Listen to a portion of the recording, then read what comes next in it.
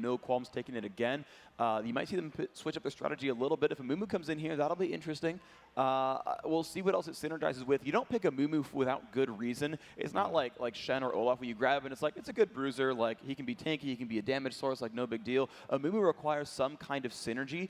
Soaz, I know, has a really good repertoire of top laners in general, and you might see him pull out something like a Vladimir or something like a second AoE AP champion and try to crush everything together all at once. But you see that they're actually really not sure in the picks right now. Oh, and they're actually switching to Leona potentially, and it's been interesting. We haven't seen Leona in a long time because a lot of times she doesn't quite have enough lane presence. But Lulu coming in, and those are definitely Leona and Lulu, some of N-Rated's best supports, and Lulu in particular. We've seen this entire tournament how strong that can be, but in particular, the Lulu shield and ult versus Evelynn will really help them out a lot in team fights. That is a really big deal, and we didn't see Lulu last time because of the Blitzcrank. We've seen Blitzcrank generally do very, very well against Lulu because she's so squishy. You catch her out late game, and kind of everything's going to fall over. But now that that's kind of dropped off the map, two supports being banned, so she's the top dog. She is the top dog. Messiah, though, a very fast lock on a Janna. So Janna Corki against Lulu Ezreal.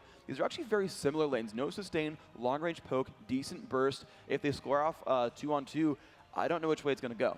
It's very similar, honestly, on both sides. It's really interesting, and I think the shield on Corki in particular is going to allow him to get some effective harassment, but N-Rated, assuming that he has enough presence in lane, he's going to Lulu's damage early on is just so strong, and he can tank some of Corki's damage. You can pop the shield almost instantly, or instantly with the Glitter Lance, which will remove that damage increase, and then Ezreal, can use his poke to try and win that exchange. So definitely an interesting matchup there. And the team for Fnatic, having that Diana Lulu pick in team fights, we've seen a lot of teams using it. Azubu Blaze in particular, it perfectly sets up AoE fights later on. Diana dives into the back line. She, pops her E to pull everyone in. Lulu helps her out, makes her a little bit tankier, and going with the Jax and a Mumu. So, a Mumu, he also has that kind of fight set up. He can set up the rest of Fnatic effectively, try and pick up quick kills. And, if they're playing a conservative game, they're only grabbing 1 or 2 kills at a time, then the Mumu ult, it gives them the lockdown where they can just guarantee those.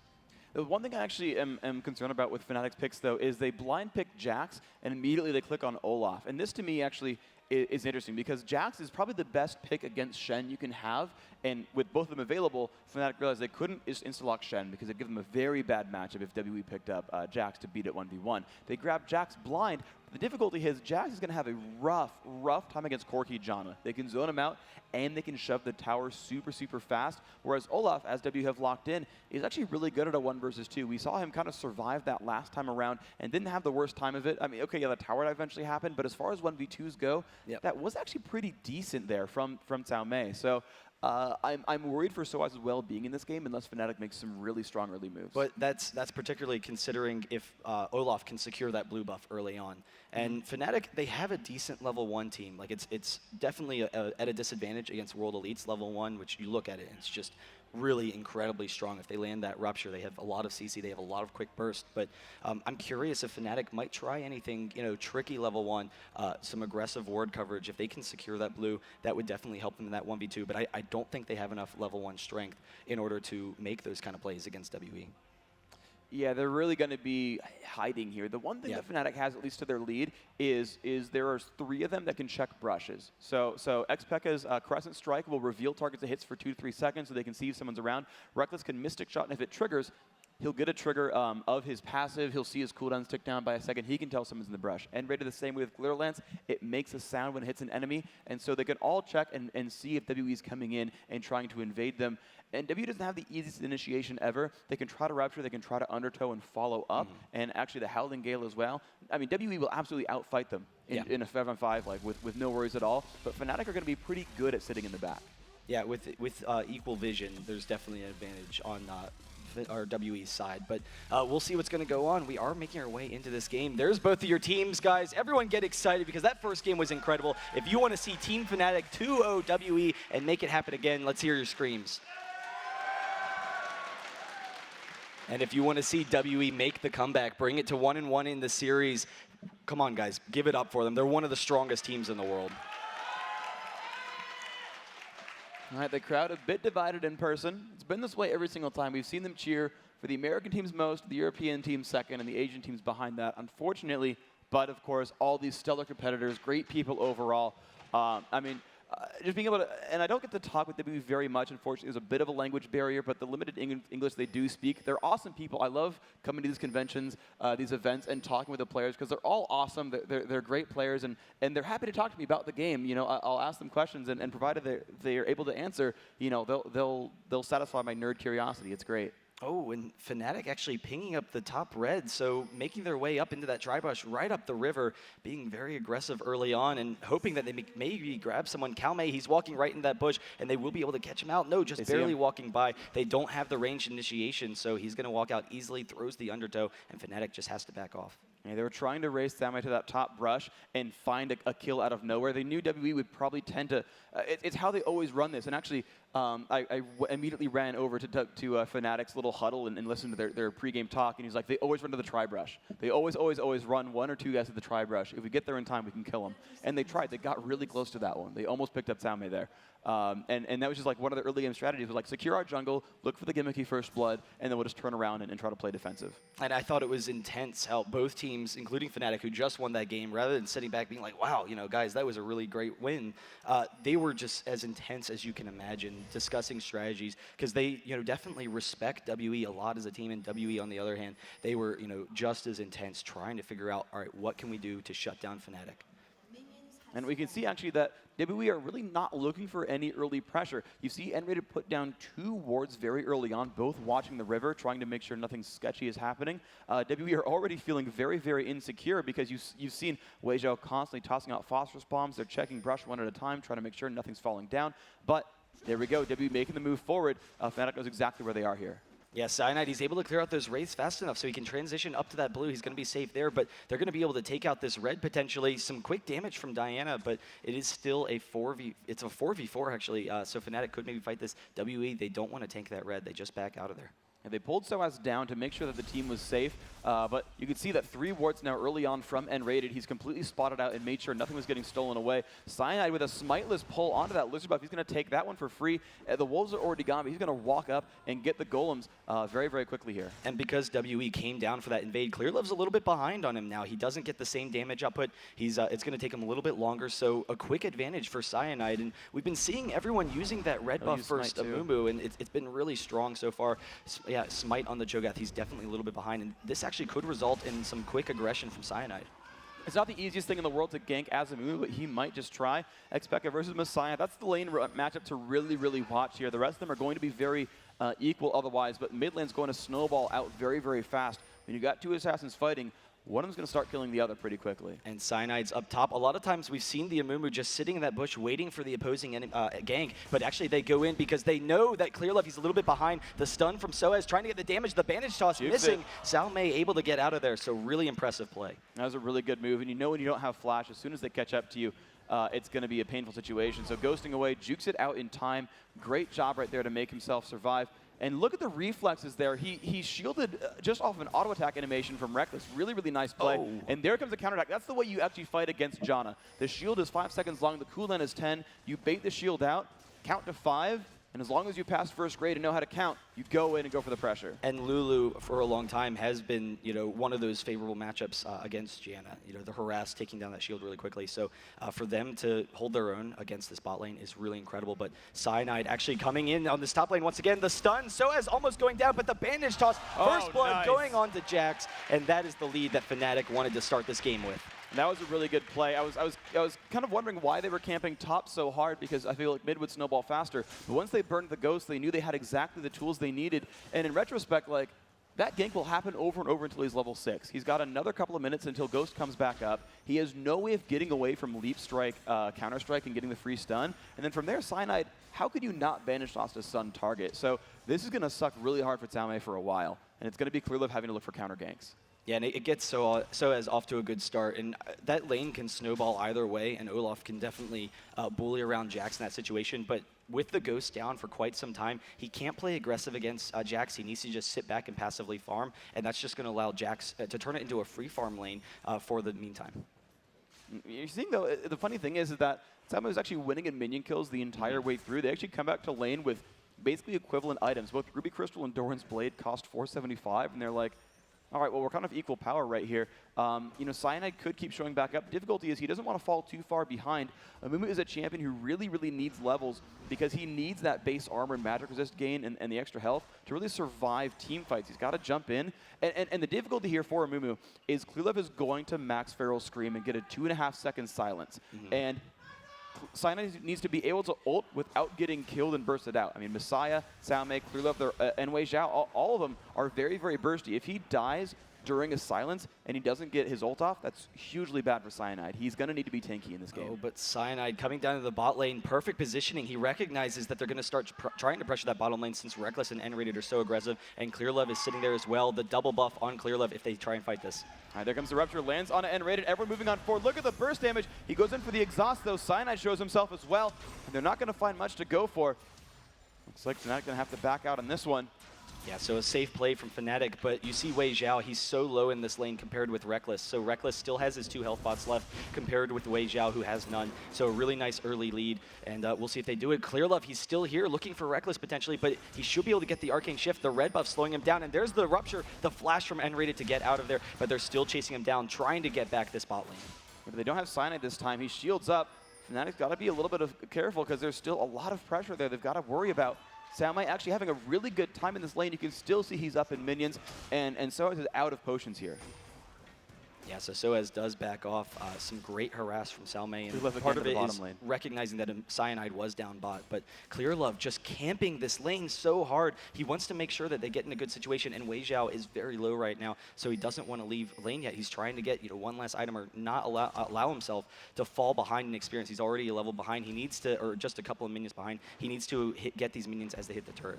I want to point out how good these lanes are going for the top lane and the mid lane, that even with a first blood gold advantage, you're seeing equal gold between Fnatic and Team WB. 7 minutes in, and it's completely tied up. So as he goes in for the pressure, but every time you're seeing Xiaomei just completely just Oh, the teleport up top, though. XPK's coming in. He's level 6. He gets Xiaomei. He gets the pullback as well. The Ignite going on to Soaz. He's running in there. Xiaomei trying to take him down, and he will go down. But an even exchange for Fnatic. But Xiaomei, he's actually leveling his Reckless swing first for that true damage against Jax, and it's allowing him to bully around Jax in that lane, and they're picking up the kill even with the pressure from XPK. It's a really smart move because he knows Jax can only engage in full-on melee range. He has to be up against his face to do anything, and so he knows that no matter what happens, he will always get a Reckless swing off, and it gets so much more efficient as you rank that ability up. The health cost doesn't go up nearly as fast as the damage does, and so your trading gets better and better and better.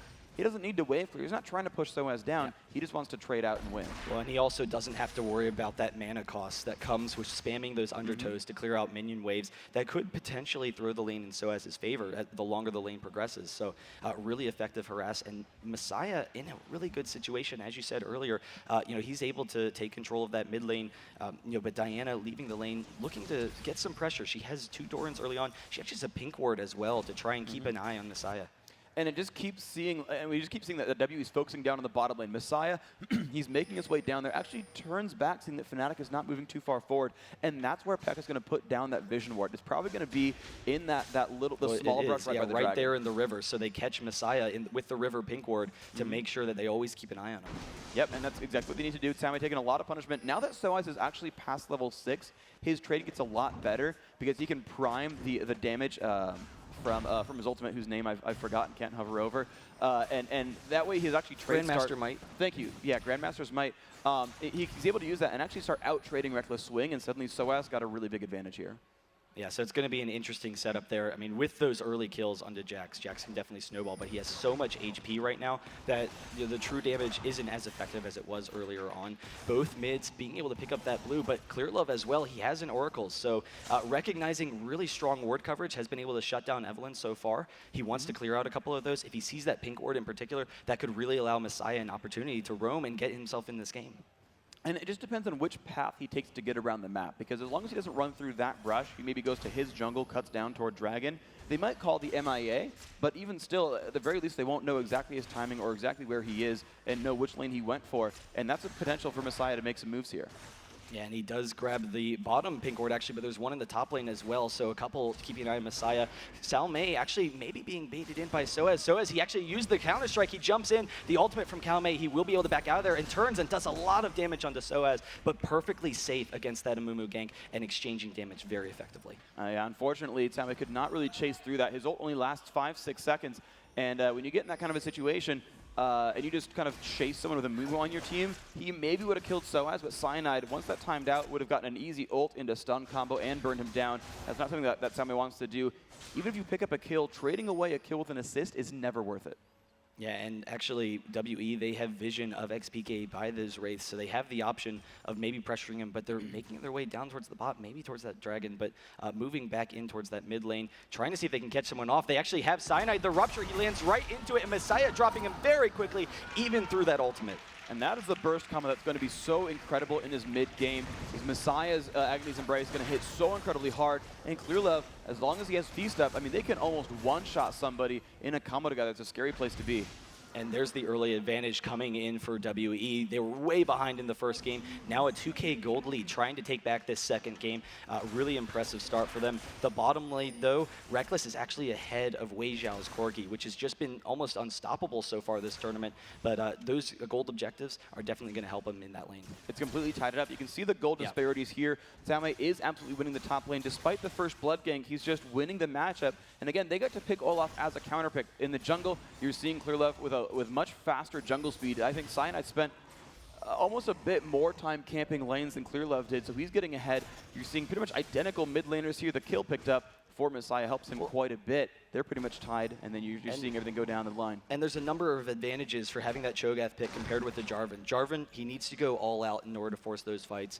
It worked in some situations, but like you said, the faster jungling speed, but also the fact that he's going to be incredibly tanky early on, it's going to allow him to keep control of this Oracles. There's very little threat that Fnatic is going to be able to take him out early, and that Oracle's control has allowed them to take back this map. You saw earlier how many wards Fnatic had in order to keep themselves safe from the pressure from WE, but now they're able to grab that. And the ironic thing is it's not really even Messiah who's making those moves. We talked about those vision wards trying to keep Messiah down, keep him from roaming. He's not really roaming all that hard. He's helping jungle invades, but that's about it. The bottom lane, again, pressure going back and forth. Enervator taking a bit of punishment, burned a lot of his crowd control onto FCZF, and you just saw Wei Xiao fire back and deal a whole heck of a lot of damage there. Wow, and I was actually just mentioning ClearLove, how tanky he's going to be early on that Cho'Gath, but he bought 3 Ruby Crystals. So 3 Ruby Crystals and the mobility boots, so he can have constant control around the map. It increases his clear speed, but it also allows him to be everywhere and counter out anything from Fnatic. And there we go, WE picking up a ward kill.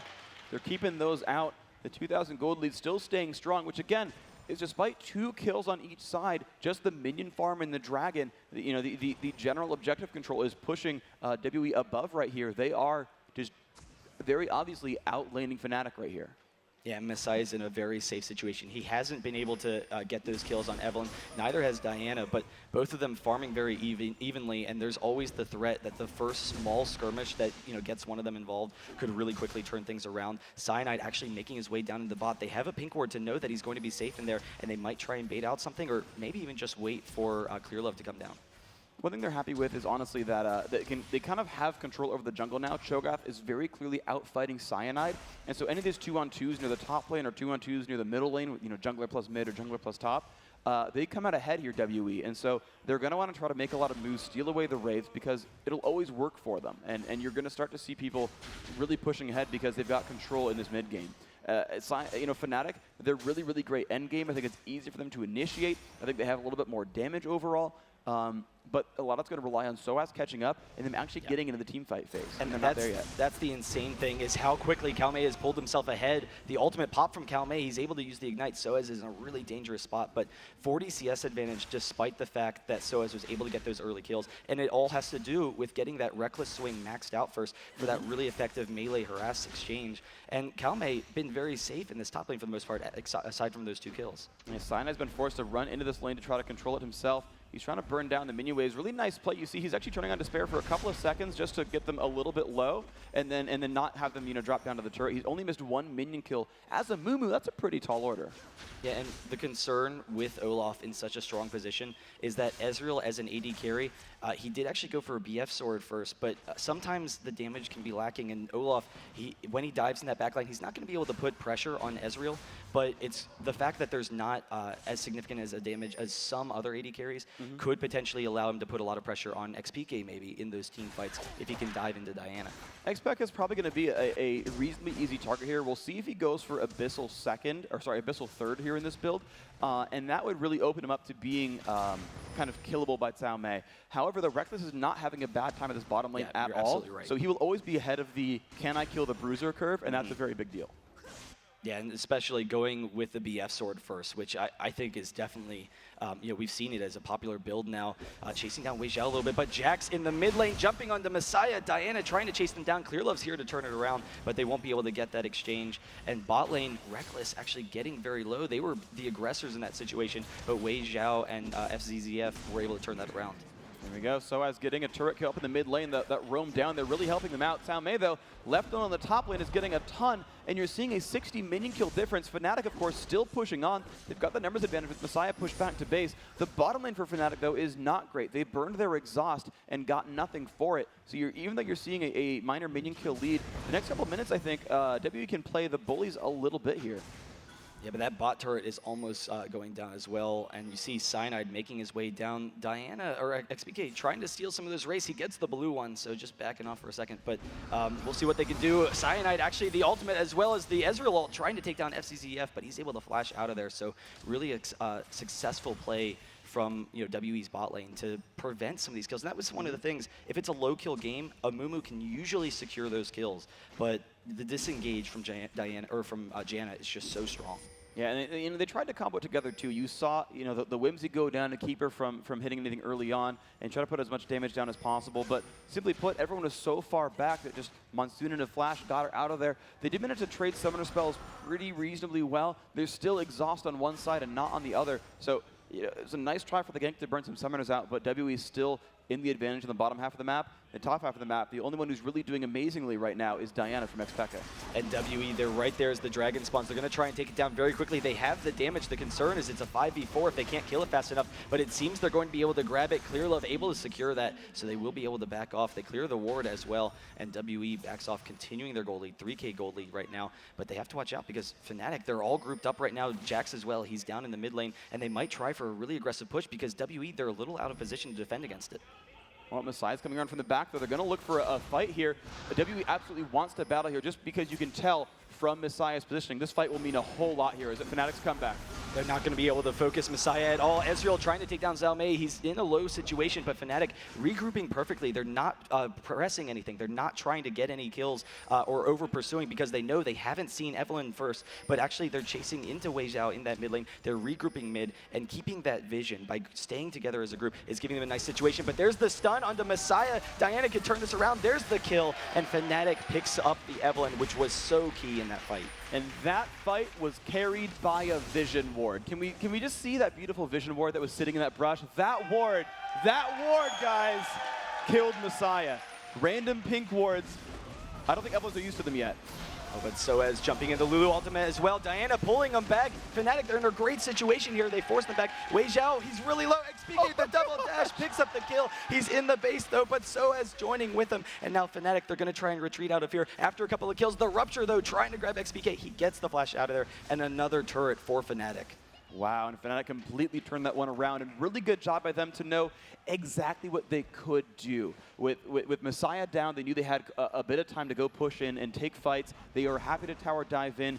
Great mechanics by XPK to say, okay, I'll land the Crescent Strike. I can ult in once. You know what? I'll burn you the second time to kill off Wei Xiao. We'll do it. Let's go for this one. And then they all got out cleanly, took the turret, and then pieced the heck out, and made sure that they healed in time to not give away a comeback Baron as well. And the concern with the Diana-Lulu combo is WE, they can't control the front line, and that's something that you would normally think is a strength of Janna and Cho'Gath with the ruptures and how much kiting potential Janna gives you as a team. But Diana, it's just so easy for her to dive onto that back line, and then they have the multiple CCs with the pullback on Diana, with the Lulu ultimate, with the Mumu, that they can just combo and pick up those kills despite the potential from WE to kite. Exactly. Diana initiation and Lulu follow-up is so incredibly amazing. It's like a little mini shockwave in your pocket there, as long as you got someone nearby.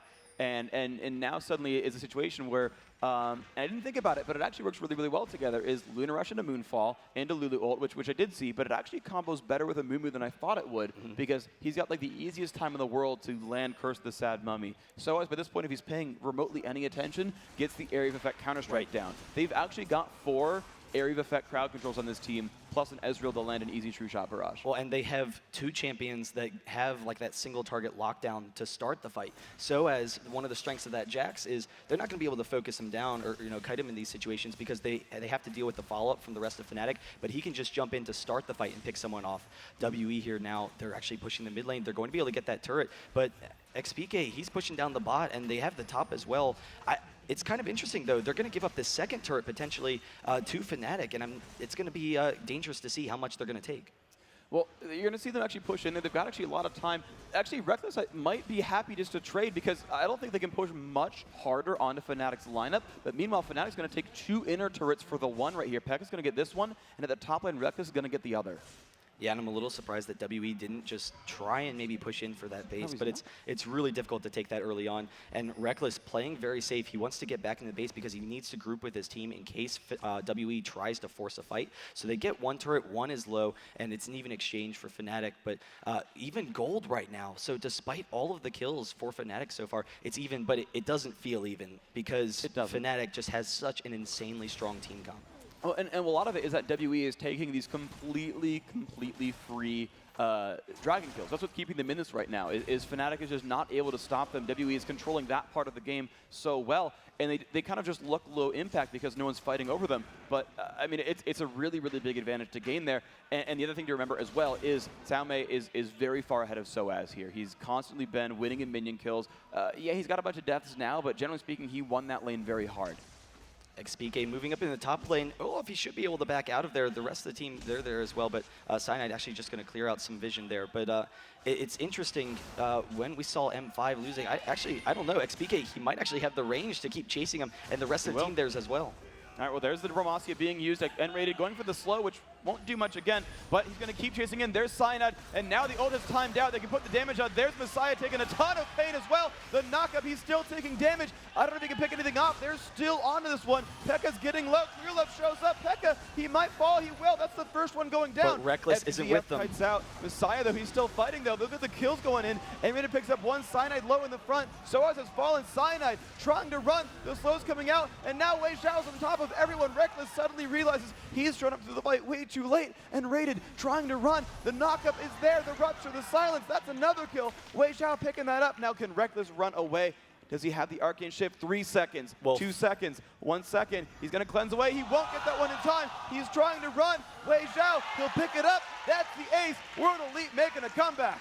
That is absolutely huge, and they forced the fight, or Fnatic did, trying to take him down. They were able to take down Xiaomei, but Wei Xiao was there at the very beginning of the fight, and he had red buff, which is absolutely devastating. He was perfectly protected, and Reckless was sitting in the mid lane, so he wasn't able to get there in time. And now Diana actually coming in, trying to defend against this Baron while WE's trying to take it. It's actually a 4v1 if they land this Rupture, but he jumps in, picks up the 1 kill. He's jumping onto Janna as well, and he's going to stall him off. The double kill from XPK. Can he land get the land? He gets the Moonstrike. Can he get the R onto ClearLove? He can't, but he can still push in. Cyanide's nearby. He's got about 7 seconds until that comes back up, but it's going to kill the ward. It's good enough. 2 kills and a ward. Nice job, XPK. He completely stopped that Baron, and that would have been a huge turnaround from WE. And now look at this. Fnatic, they're going for it, and Jax is very strong at taking Baron in this game. I don't know if they're actually just going to completely force it or if they're just looking to bait in the last couple members, but if WE doesn't come in, they'll be happy taking it regardless. Messiah peeking around the backside. XPK is fairly low. This is very risky for ClearLove. He's immediately one-shottable. They see him, Messiah. They're going to go in for this one. There's the Moonfall. There's the Lulu ult. And the burst is on. She'll pick up Soaz. The Messiah should be able to get chased out here. Rupture doesn't hit anyone. That will be the one-for-one trade. They're back to 4 here, but they realize the respawns have happened.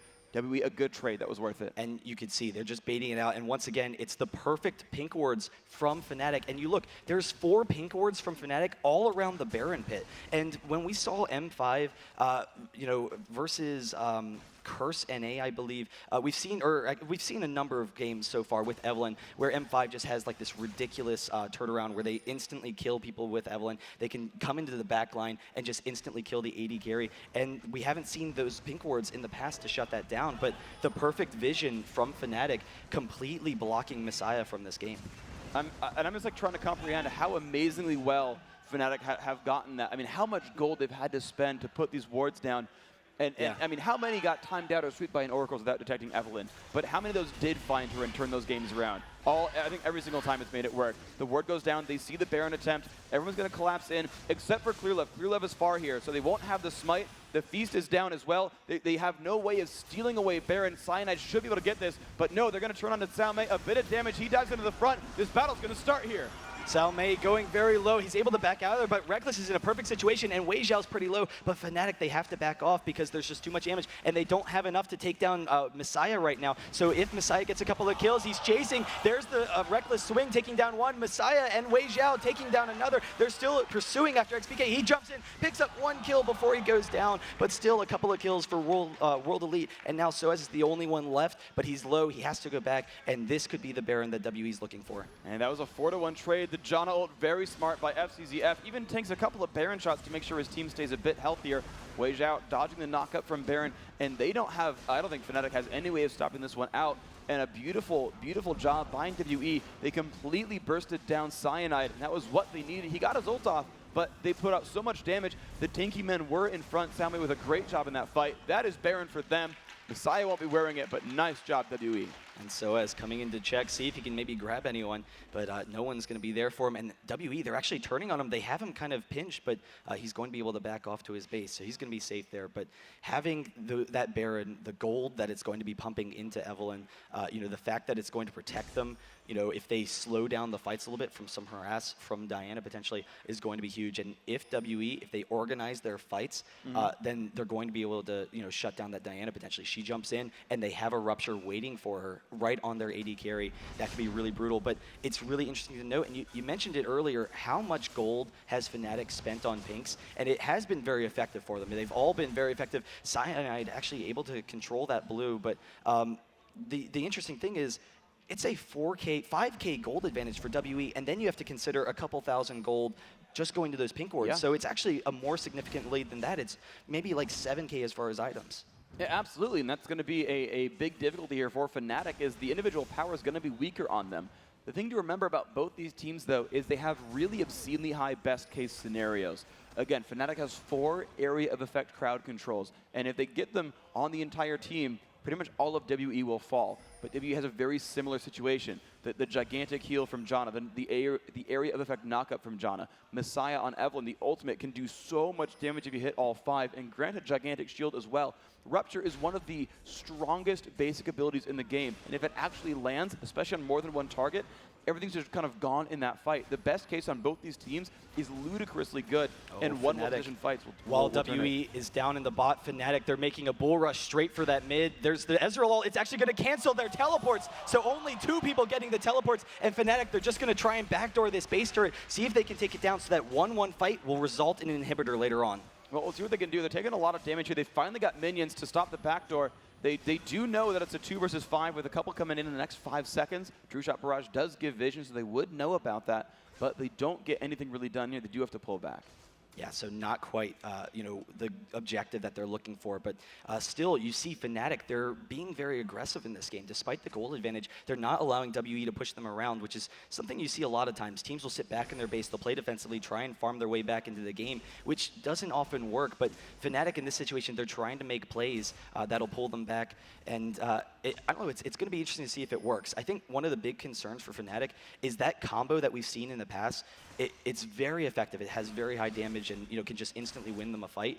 But they really want to take down Wei Xiao. And Wei Xiao, having that Negatron cloak, it means that Diana's not going to be able to instantly burst him. And then if Diana follows up with a double Moon Rush, he could be separating himself from the rest of his team. So if he doesn't have enough damage to take down Wei Zhao, then that could instantly win the fight for WE. Okay, so WE right now, though, they've got Baron buff, and they're happy to play the long-range poke game. The Rupture is dodged. I don't think Fnatic really wants to go in on this. I think they know they're behind, plus the Baron buff, a straight-on fight, unless it's really underneath their turret, is not going to go to their favor. Well, and the Baron buff is almost done, so they know it was taken a while ago. They have about 30 seconds left before it's out, so they definitely want to stall until that's out. That gives them another minion wave to push this turret. I don't see this turret getting defended properly unless W makes a mistake here, though. Yeah, it's going to be interesting to see if they can go in. Messiah actually making his way behind. There isn't a pink ward this time, so he's going to get in behind Fnatic if he wants to force this. No, instead they realize they've not seen Messiah. They know he could flank around, and they know that Baron buff's there. They just simply back away. Smart choice by Fnatic. They would have lost that fight and probably the game if they went for it. Now they spot him. They're going to farm at the mid lane. WE, they're posturing towards mid, but with Baron falling off, they're not going to get much out of it. Looks like they're looking to time Dragon, which I think is coming fairly soon. Well, WE, they're doing a really nice job of keeping the minion waves pushed, but the one minion wave bot is pushing against them. So I wouldn't be surprised to send that they send Corki down there to clear that out and keep all the minions pushed up against Fnatic's base, which will result in that situation where they win a fight and it's GG, they lose a fight and it's not really that significant. But you see posturing from both teams, and it really is, like, even though there's a gold lead for WE right now, the damage on both sides is incredible, and both teams can easily win a fight. Absolutely. Wei Zhao, honestly, even with the Negatron cloak, he is killable in a team fight. The only one who's I would consider not is Messiah's Evelynn. She's going to get a really big shield off and has Guardian Angel plus Abyssal, so over 100 easily on both resists, thousands and thousands of health, especially when you consider that shield. Everything else really is theoretically killable. The one thing that Fnatic desperately needs, though, is a Last Whisper onto Reckless. He's got a decent set of minion kills. He's got some assists, but what he doesn't have is the ability to kill off Olaf or Cho'Gath quickly. They're just too big, too tanky for him. It's going to be a while till he can break through that. And so Fnatic dropping a couple more of those pink wards all across the map just to keep an eye on where Evelynn is, and they will just kind of be posturing mid to make WE defend that mid. WE, they're going to be able to take out that dragon, so continuing their gold lead. And Fnatic, they're not in a position right now where they can force fights, but they just want to keep pressure on WE, make sure they have the vision so that WE doesn't take them by surprise. Okay, so these guys are going to kind of run around and back and forth. It's about a minute and a half until Baron respawns. That's going to be the really big focal point. WE is looking right now, because they're playing an Evelynn lineup, they're looking for a free kill that'll turn into a turret, but sieges are not really their #1 sort of gameplay here. They found out Reckless a bit of damage going there. Samway finally making his way down, but you can see, they're not completely grouped up. This turret's not the easiest thing to push for. They're not actually going for it just yet. But they're going to try. They're just constantly trying to find someone in the jungle. They tried to get them to rotate down and catch them on the rotate. They didn't find that. A little bit of pressure onto Wei Zhao. Peck, of course, not going to go in for that one. Only a minute now until Baron respawns. And these teams, this is great from WE. They have control over this. They steal the Lizard away. Oh, did Reckless actually get wait. that? He Oh my stole gosh, it with his ultimate. Oh, wow. I thought that was dead already. Nice play there. Reckless picking that one up. Sammy taking a bit of poke, but he's not going to fall over too quickly. Yeah, and Fnatic, they're able to clear out these waves pretty effectively, but the concern is they see Messiah actually coming on the backside. Soaz, he's going to be dueling with him for a little bit, so they have to watch out that he doesn't pinch them underneath that turret. But WE, they back off. They don't want to. They know that when they're pushing that turret, it's going to result in them clumping together, and that's going to be the perfect setup for Fnatic potentially. So they don't want to force that fight. That could maybe turn this game around for them, and they all get back. They buy their items, and now they're going to be able to set up for that Baron fight. And this is really good because it's coming up in the next 10-15 seconds. And I like what WE tried to do there is they actually managed to split up Fnatic just a little bit. You saw them go in back for that turret once they saw Soaz go to the mid lane to farm. Keeping those waves pushed kind of forced Fnatic to make some moves, separate themselves, and give a little bit of free pressure to Team WE. But now that that's gone, Baron's back up. Fnatic, they're really just charging up this right-hand side, and the thing is, though, Evelynn can come in from behind them unless they've baited that perfectly with pink wards, which I don't think they have. This could spell disaster. Yeah, they don't have the vision right now, so if Messiah comes in, it's going to be really dangerous. But Fnatic retreating away from the rest of the team doesn't allow them to chase them, and that means that Messiah can't force anything. If he did initiate, then he would actually go down fairly quickly. But Fnatic, it's interesting, constantly pushing the lanes. It puts some pressure on WE, where maybe WE, if they decide to take the Baron, Fnatic gets an inhibitor, and maybe Fnatic is able to stall off against that Baron with the wave clearing, or just at least keep vision of WE and see where they're at. This is so risky from Fnatic. They've just set Soaz away and back to the base. They're pushing in S4, and they have so little ward coverage. They don't see much of WE. They're about to get surrounded here. Clear Love, he's coming in behind. They could get a rupture on this, and he can definitely initiate that. So Salme trying to get in the team. Reckless actually has to Arcane Shift and then flash out, so he's dropping very quickly. And with Reckless down, that is the one fight for WE. The question is, can they pick up any of the rest of Fnatic? Messiah's running forward. Pekka tries to summon and teleport out. He does not get it. Forced to Zhonya's. He's going to fall next. That is a sure kill there. Does not pick up much. Salme trying to chase down N-Rated. N-Rated without mana. That makes a free kill for Olaf. I don't see he could just like swing auto attacks and get it for free. The red buff is easily going to lock that down, and WE, it's going to be interesting to see if they actually go for that Baron or just decide to push a base. But because the minions are pushed away from them, because Fnatic did a really nice job keeping the pressure on the base, they're going to be able to go in for that Baron and another couple of kills. Soaz is kind of peeking in here, though. Messiah chasing them off, making sure that there's no pressure at this Baron. Soaz actually going to fight this, and Amumu's on the other side, going to try for a steal, but Wei Xiao dropping them very quickly. Soaz is going to drop. There's the flash from Messiah to pick up that kill. He is going to drop, and Amumu right now, Cyanide, keeping an eye, but if he dives in for this, even if he steals the Baron, there's going to be so many people down from Fnatic right now that it's going to allow WE to push into their base. He's going to just dive right on in, gets bursted down way too quickly. I don't think he had vision of Baron, so he had to kind of just guess when the timer might have been. That's not going to be the situation. Fnatic really tossing this game in the garbage bin. You know, their plan was that even though they had no ward coverage, they're like, okay, WE, at this point, we saw them leave the map. They're in Fog of War. They're probably going for Baron. All right, let's try to trade the base. The problem is WE had not done that. They were not locked up in that situation. They were actually towards the middle of the map, and they got to turn that around and pinch on everything. So Fnatic's gamble completely did not pay off here. Yeah, now Clear Love can easily tank this. He has the Janna shield. He also has a lot of armor. They take down the turret. 2 members still down from Fnatic. They're going to be able to grab the inhibitor as well. I actually wouldn't be that surprised if they just decided to switch to another lane, but they have so much gold right now. They'll just back off, safely buy items, and then force another fight with Fnatic.